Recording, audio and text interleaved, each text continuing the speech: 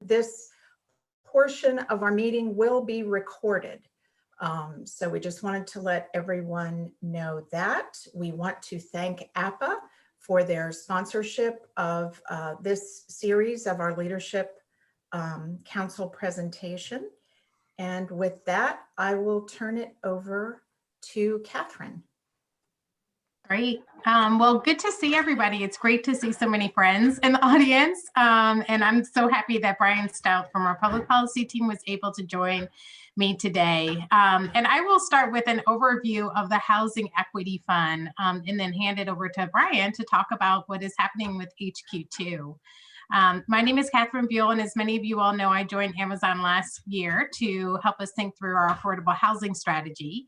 And in January of this year, we launched our Housing Equity Fund, which is our $2 billion commitment to preserve and or create 20,000 affordable housing units in 3 target jurisdictions: the Arlington region, and that does include other parts of Northern Virginia, DC, and parts of Maryland, Nashville, Tennessee, in the Puget Sound region. And we're specifically focused on 3 different areas. First and foremost is preservation of affordability.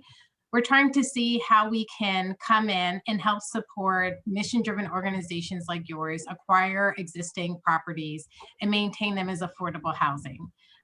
Many of you all have read about Crystal House, and I'm happy to go into details about how we got to Crystal House. And I understand that Kimberly Driggins was here earlier this year, I guess in January. So I'm sure you've heard all about it, but really focused on preservation. The second issue area are non-traditional public agencies, those agencies that historically had not entered into the field of housing, but have land and other resources that they can bring to bear. The third issue area is minority developers and minority-led organizations. We acknowledge that while the customer, the residents that we're looking to help, most of them will be people of color, we wanted to put a finer point and make sure that we were bringing people of color in at the leadership level to make sure that they were also part of the solutions that we were talking about. So we have $2 billion. We have allocated a portion of the $2 billion towards the King County Housing Authority investment, which was about $185 million to preserve 1,000 units in the Puget Sound region. We also, in addition to the $2 billion, we have $125 million for minority-led organizations and minority developers.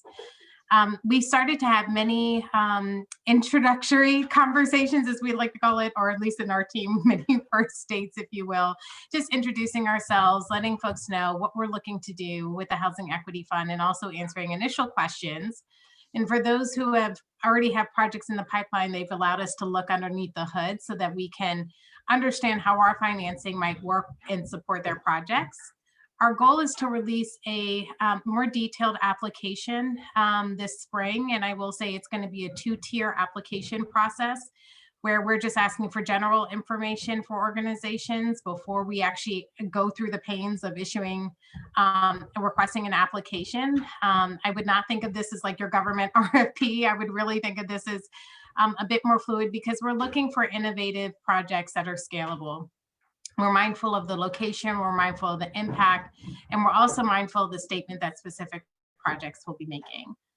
So with that being said, I would love to hand this over to my colleague, Brian Stout, just to talk a little bit about HQ2, which, albeit unrelated, is very exciting to see all the work that is happening in Arlington. So Brian. Catherine, and thanks to all of you for having us here today. I am going to Brian, we can't hear you. Keep having audio issues. Can you all hear me now? Okay. That's better. Thank you. Sorry about that. And hopefully the screen share will work here. But thank you, Catherine, and thanks to all of you. It's good to see so many friendly faces on a Monday morning. Thanks for the opportunity to come in and to give you a kind of a brief overview and quick update on our headquarters development. I'm going to quickly here share my screen because I've got I have the opportunity to show some fun pictures about the new development that we have ongoing for our headquarters.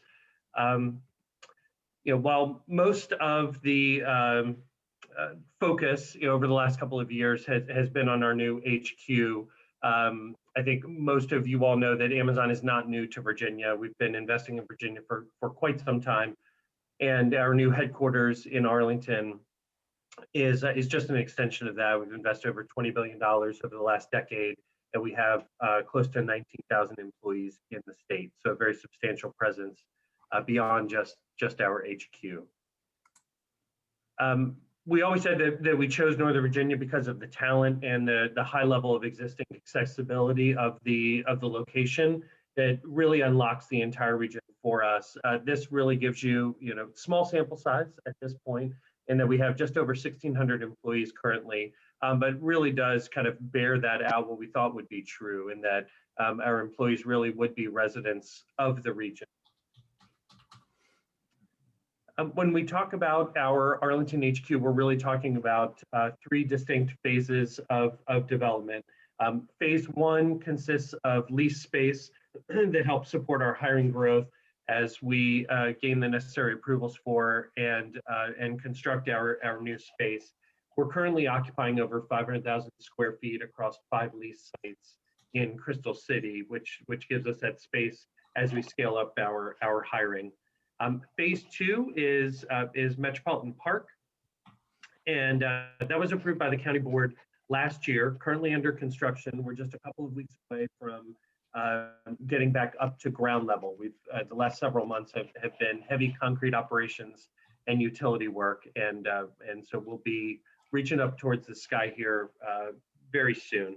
And then phase 3, which I'll dive into a little bit more detail, is Penn Place, which will deliver an additional over 2.5 million square feet of office space, and that's scheduled for consideration by Arlington County and by the community this year, and for delivery then in 2024. Many of you all know, I know the site well, but we had this old warehouse site here is the location of Met Park. Penn Place will be here just 1 block to the north. With Met Park, again, approved by the county board, we, locating our headquarters in an urban core was intentional, and designing our buildings is done in such a way that they are outwardly focused. We are not a company that builds, an urban or a suburban campus that's locked away. We really are all about that interface between our buildings and the unique assets that we build as part of our sites and how those interact with the community. For Met Park, all told, it'll be 2.1 million square feet of office space, roughly 70,000 square feet of ground floor retail, which will include a daycare center that's open to the community, a 700-seat meeting center, which also will be open to the community, and the creation of an additional 1.5 acres of new park space for the community. And you can really see that investment here. This is the existing park space. Again, we were the final 2 sites of a whole block development, and this was the existing park space. With Amazon's investments totaling about $15 million, we are going to create a much more substantial, activated, and much more kind of diverse open space that's available, again, not just to our employees, but will in fact be a public park and open to our immediate neighbors as well as the broader community. And this, as many of you may have seen in recent weeks, is we just recently introduced our plans for Penn Place.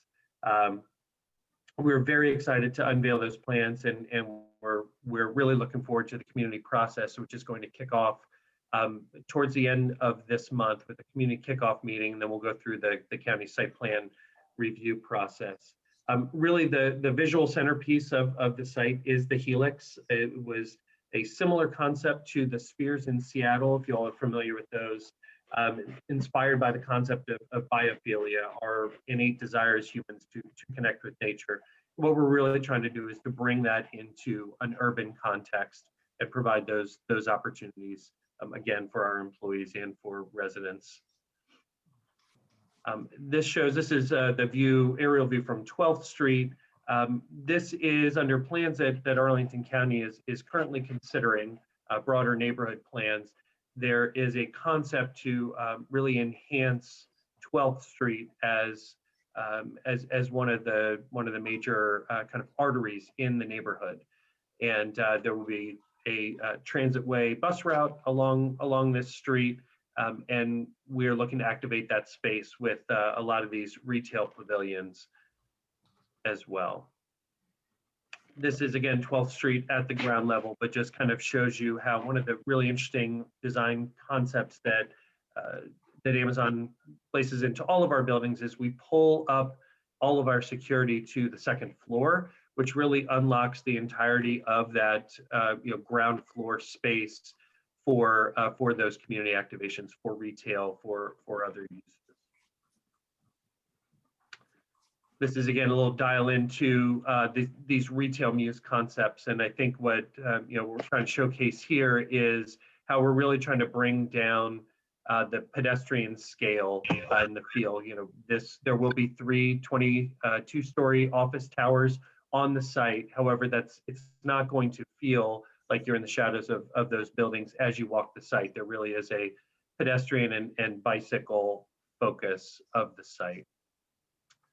This shows some of the open space. Again, 2.5 acres of open space, and similar to the Met Park design, what we're proposing are a variety of different uses. You can see a dog park here. Amazon loves dogs. We know the community does as well, and so we'll have the opportunity to provide some dog runs here, as well as large flexible open space and more contemplative settings in this urban forest that we'll be creating at the foot of the helix. And finally, as many of you saw as well, the helix, there is not a structure like the helix, certainly in the National Landing area or really in Arlington or the region. And so this is a project that we think will greatly enhance the skyline, and our hope is that it inspires folks, not just those that are at the site, but as they pass by, again, with sustainability, nature, and innovation being those key themes. And so that's it. And thanks for the opportunity to be with you all this morning. Happy to answer any questions that you may have. Thank you, Brian, and thank you, Catherine. Let's open it up to questions. I think maybe raise your hand if you've got your screen on and I can call on you. Does anyone who wants to start? Jim Edmondson. Hi, thanks, Brian. Very informative. We're seeing projections from users, large users of office space, that they're intending to downsize over time for a variety of reasons, maybe some of it just having to do with what they've learned from the last year with the pandemic. What are the odds that something like that is going to happen with Amazon? We don't currently have any plans with our Arlington HQ to scale back the amount of office space and the demand that we laid out several years ago. I think we may see some changes to the way in which the space is being used and maybe being built out. Those obviously would come at later design phases.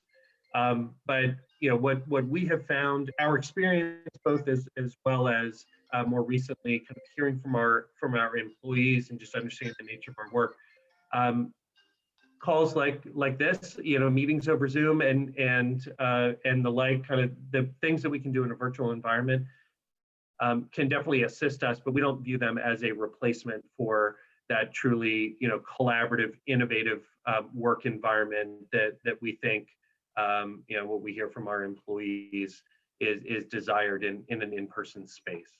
So we look forward to continuing on the path. We've been very clear over the course of the last year or so with the pandemic that no changes in terms of our office space demand that we project for the Arlington HQ in the coming years. Other questions?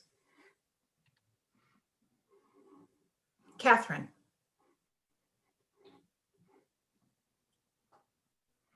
Hi, this is Catherine Dixon, and this question is for Catherine. I understand the Housing Equity Fund will have a loan aspect as well as a much smaller grant aspect. Is that correct?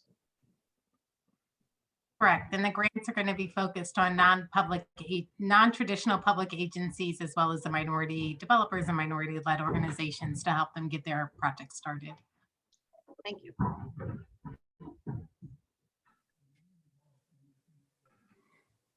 Questions? Can't see my whole screen. Anyone else? Yeah. A Who is it? question, Michelle? Yes. yeah, question for Catherine again. You mentioned spring for when the two-tier application would come out. Do you have any more specifics for us to expect in terms of when during spring that first part will come out? Yeah, well, we're moving as quickly as we can. I will say, if folks are interested, I would recommend that you email us at the Housing Equity Fund at Amazon.com rather than waiting for an application to hit go. If there's something really that should be on our radar, there are a couple of folks who have flagged projects. That is helpful for us because one, it gives us a lay of the land as to what's out there, because the worst thing we could do is put out a call for applications and our funding doesn't actually fit where the demand is. But also just get a sense of the timing and where our initial commitments will be. So feel free to email us in advance if you have projects that should be on our radar. I'm getting some background noise. If you can be sure to mute if you're not speaking. Conrad. Yes, goes back to the question and the answer about the capital availability through the equity fund and then implemented principally by the Conservancy. It seems to me, and I would appreciate some comments on this from either Brian and or Catherine, that therefore, and this is a very good thing, puts the Conservancy and other partners with whom you may wish to join in an ideal position to acquire, as you've identified and as we call them too, the NOAHs, the naturally occurring affordable housing communities, which often, we've all had experience with these, mine especially in Fairfax County. They come on the market and they go very quickly. And therefore it is a real advantage to you and to us to be able to move quickly and to grab those properties and to keep them in a long-term a mixed income affordability status. So if you could extend with your comments on the points that I just made, please. Best I can do is just echo the point you just made, which is being able to allow mission-driven organizations to move quickly. We don't have control over when people sell. We don't have control over the price that they sell at or to whom they sell, but we can help our mission-driven partners be prepared when a sale does come up, particularly for those projects and those properties that we all have our eyes on and that we know are going to lead to a lot of displacement near HQ2. They are on our radar, and so we're looking for partners that can help us move quickly when those opportunities do arise, which is why having conversations sooner rather than later is really helpful. But yes, Conrad, we are focused on exactly what you're talking about. Are those properties like a Crystal House, which quite frankly, when you looked at the numbers, they had median income households on average closer to 120%. We are lowering the eligibility for people to be able to move into Crystal House over time as vacancies arise. But Crystal House is one of those more affordable properties that we wanted to maintain the affordability for the long term. Well, that's great to hear that. Thank you, Catherine. And I think Crystal House is exactly the example I was thinking of. Normally, and most everybody on the screen here today is actively involved in the development business. It takes a long time to put together what we call a stack of capital on both the debt and the equity side, multiple layers. lasagna deals, these are called. And that prevents many of us from moving as quickly as we need to get these NOAAs before they disappear back into the uncontrolled inventory. So thank you for providing this additional opportunity to grab those NOAAs and to move them into the mixed income affordability status on a more permanent basis. Our pleasure. John Welch. Good morning. Thanks for joining us. I had a question, Catherine, if you could tell us about your geographic priorities. So we're doing a couple of things, and we'll outline this further in the application. Clearly, we're focused on places that are either close into HQ2 or have public transportation lines that give direct access to HQ2. The further out we go from HQ2, I will say that the lower the priority, but it doesn't mean that we're not only looking at Arlington, we're not only looking at Alexandria, we are looking at portions and sections of DC. We're also looking at sections of Maryland, particularly those that are near transit stations. So I would think as close to transit, but also we're looking for innovation in addition to location. So our funding is a bit different. We're not the government. We are looking for those projects that are creative and innovative and scalable. It is hard to do one-offs, and so we'll be looking both at scale, approach, as well as location as we look at the factors, and then ability to comply with things like long-term affordability, reporting back just basic demographic information on the residents that are served, those kinds of elements. Eric. Thank you. Eric Marabojik. Yeah, thank you. This question for Brian. You had a slide that showed where your current employees are residing. Do you already see some pattern as to where your employees within the metro area are starting to congregate in larger numbers versus other locations? There really is a pretty wide spread throughout the region. And again, that goes back to, as we've said kind of all along, this region was chosen because of access to talent, the talent that exists here, as well as those investments that were proposed by the Commonwealth in the tech talent pipeline. But also, the reason, one of the real drivers for the Arlington site that was chosen was that transit accessibility, right? The fact that it's there with 2 metro stations, it's right next to an airport. There's, I think it's over 18 now, bus lines that service that area. You've got the VRE station.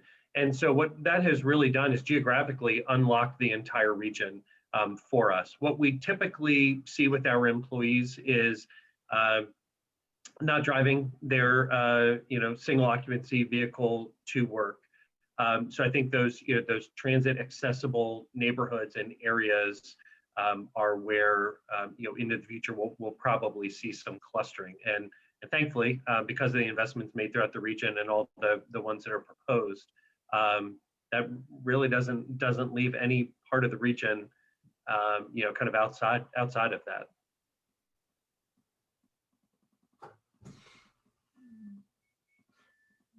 Alyssa. Good morning. My question's for Catherine in regards to the Housing Equity Fund. Could you elaborate a bit on how you identify non-traditional agencies, kind of what encompasses a non-traditional agency? And then also, are these dollars primarily more set aside with the intention for capital investments, or with organizations, can they also be utilized for capacity building to begin to provide the services? We provide permanent supportive services in the community. And so it's a key component that once we do have housing, we're able to provide the supports necessary for individuals to be able to thrive. So for non-traditional public agencies, they're actually pretty easy to identify because they're folks who are not doing housing, but have dipped their toe in. And quite frankly, it can range from libraries to schools to transit agencies. I think we all know that WMATA has been doing a ton in affordable housing. There are other agencies that are sitting in the sidelines and thinking of creative ways that they can use their property and their holdings because our customers are aligned. Most of the customers who primarily rely on public transportation are going to be your low to moderate income households. Same thing with your public libraries, same thing with your schools and who's attending public schools. So we're hoping to engage in conversations about how we can find a mutually beneficial area of interest and work within the confines of what they're charged to do, but also potentially create unique affordable housing opportunities. In terms of the grant dollars, we do have some very limited capacity building dollars. As you can imagine, we're actually looking for projects that can be built within the next 5 years where the actual unit can be ready to be rented. We're not super interested in investing a ton in capacity building, but there may be instances in which we find that it's appropriate. There may also be instances in which we're able to fund supportive services. So for the Washington Housing Conservancy, as an example, we gave $2 million for their social impact model to help them stand it up.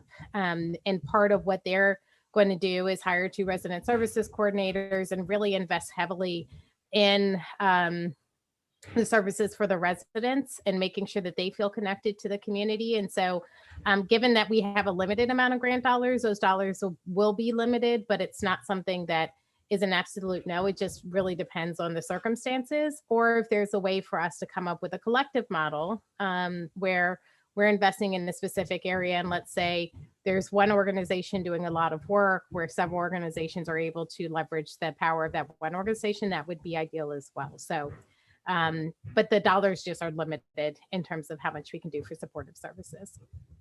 Thank you. Other questions? And please just call out. I can't see everyone on my screen. This is Nina. I have a question. Thanks, Michelle. This is for either Brian or Catherine. I was very impressed a couple of years ago that Amazon made a commitment to a living wage, a $15 minimum wage. And in my dog walking, podcasting, I've been hearing Amazon make a pitch for $15 minimum wage. It obviously didn't happen in the latest round of federal legislation that just passed. But is that something that you are thinking of pursuing? I know Virginia has been working on that. They deferred it because of COVID. Is that something that groups like NVAHA could partner with Amazon on getting the word out about? We all know that housing is a supply issue, but it's also a demand issue. And what is it? 26% of workers are paid under $15 an hour. So and a lot of them women and a lot of them people of color. So we know it's a huge issue. So anyway, have you thought about how partners like NVAHA, Leadership Council members could work with Amazon on this?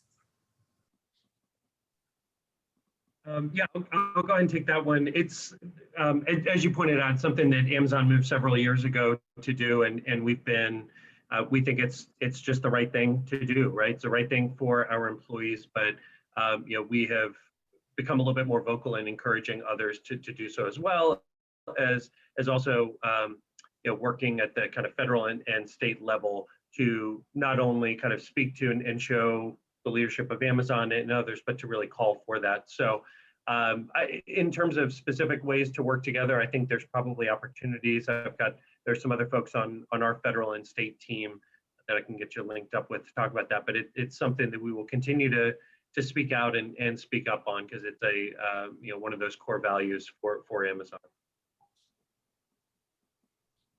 Thank you. We've got 2 more questions. Joe Ventrone, and then after Joe, John Welch. Yeah, hi.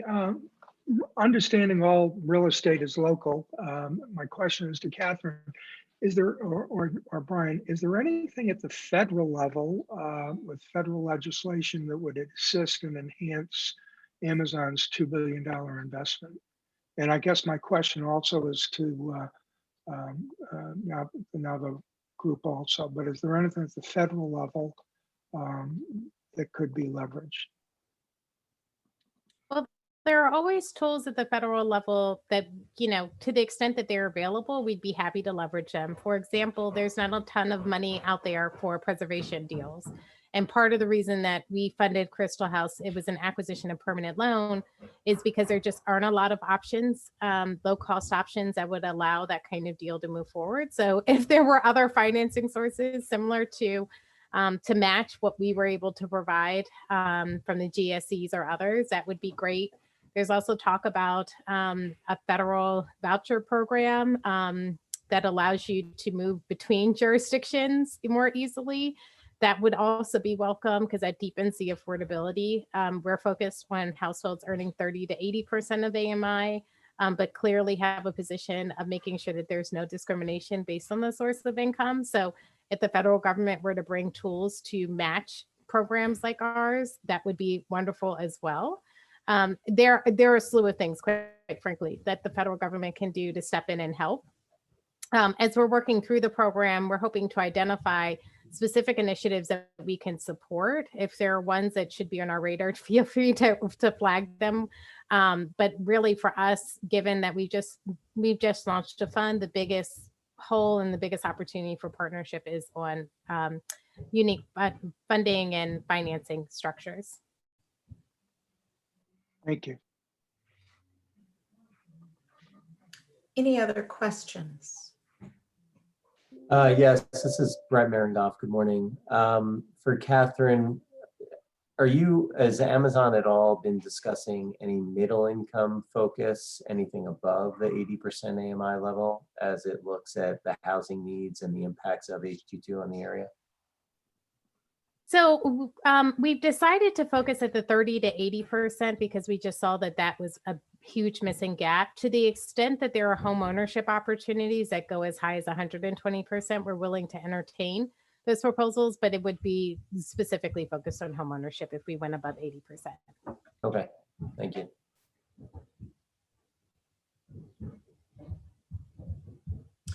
Catherine, that was a question that I had. I know that your focus is on preservation of affordable rental housing, but the cost of housing has made it impossible for low or moderate income families to own in our region. And this has especially impacted people of color.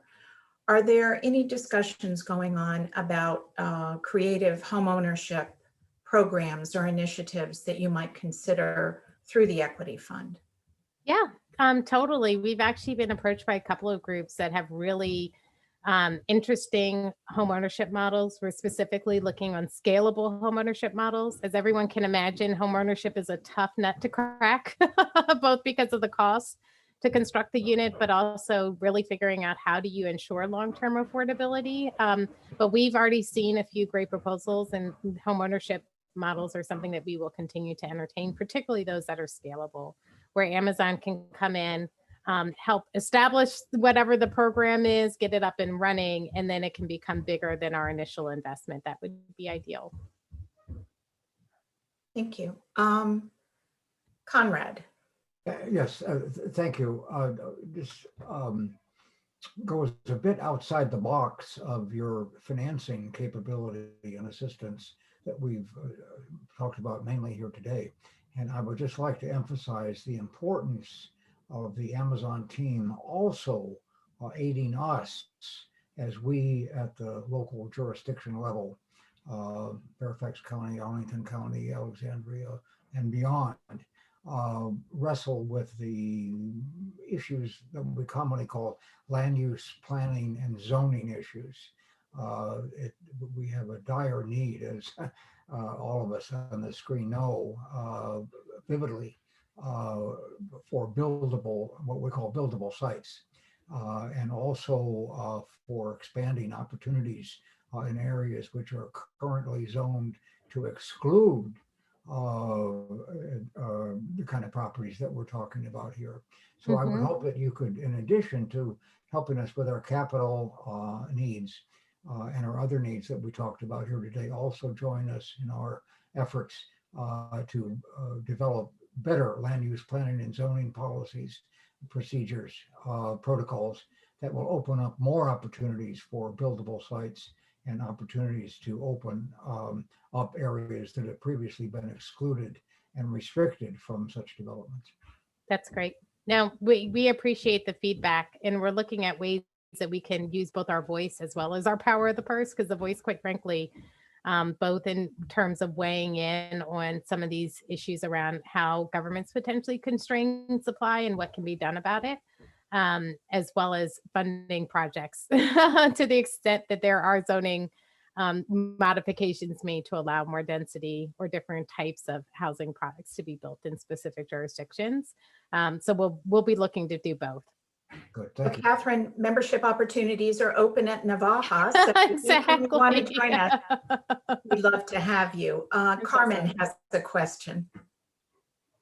Thank you both, Catherine and Brian, for the presentation. I wanted to ask, as we think about the RFP, RFQ that's coming out in the spring, you mentioned preservation is clearly a priority. For new construction development opportunities, are you going to require, or do you think, or how are you going to approach the entitlement process? Are you only going to entertain projects that have already received their approvals, or are you willing to get in early on an innovative project that maybe still needs to go through the process? Yeah, that's a great question. New construction projects are not necessarily the focus. So the focus is preservation, non-traditional public agencies, minority developers who may actually have some new construction projects of their own. For new construction, it just has to be a stronger case for us to be interested, if you will, both in terms of location, why the approach is innovative. As somebody who loves this space, it is hard to say no to any project. Every project is worthy. It does not mean if we pass on a project, it is not a worthy project. But for new construction, we really do want to see those units be placed in service in the next 5 years. And so if it's too far out, if it's too ambiguous, it's very difficult to get comfort that we're going to see those units placed in service quickly. So it really depends project by project.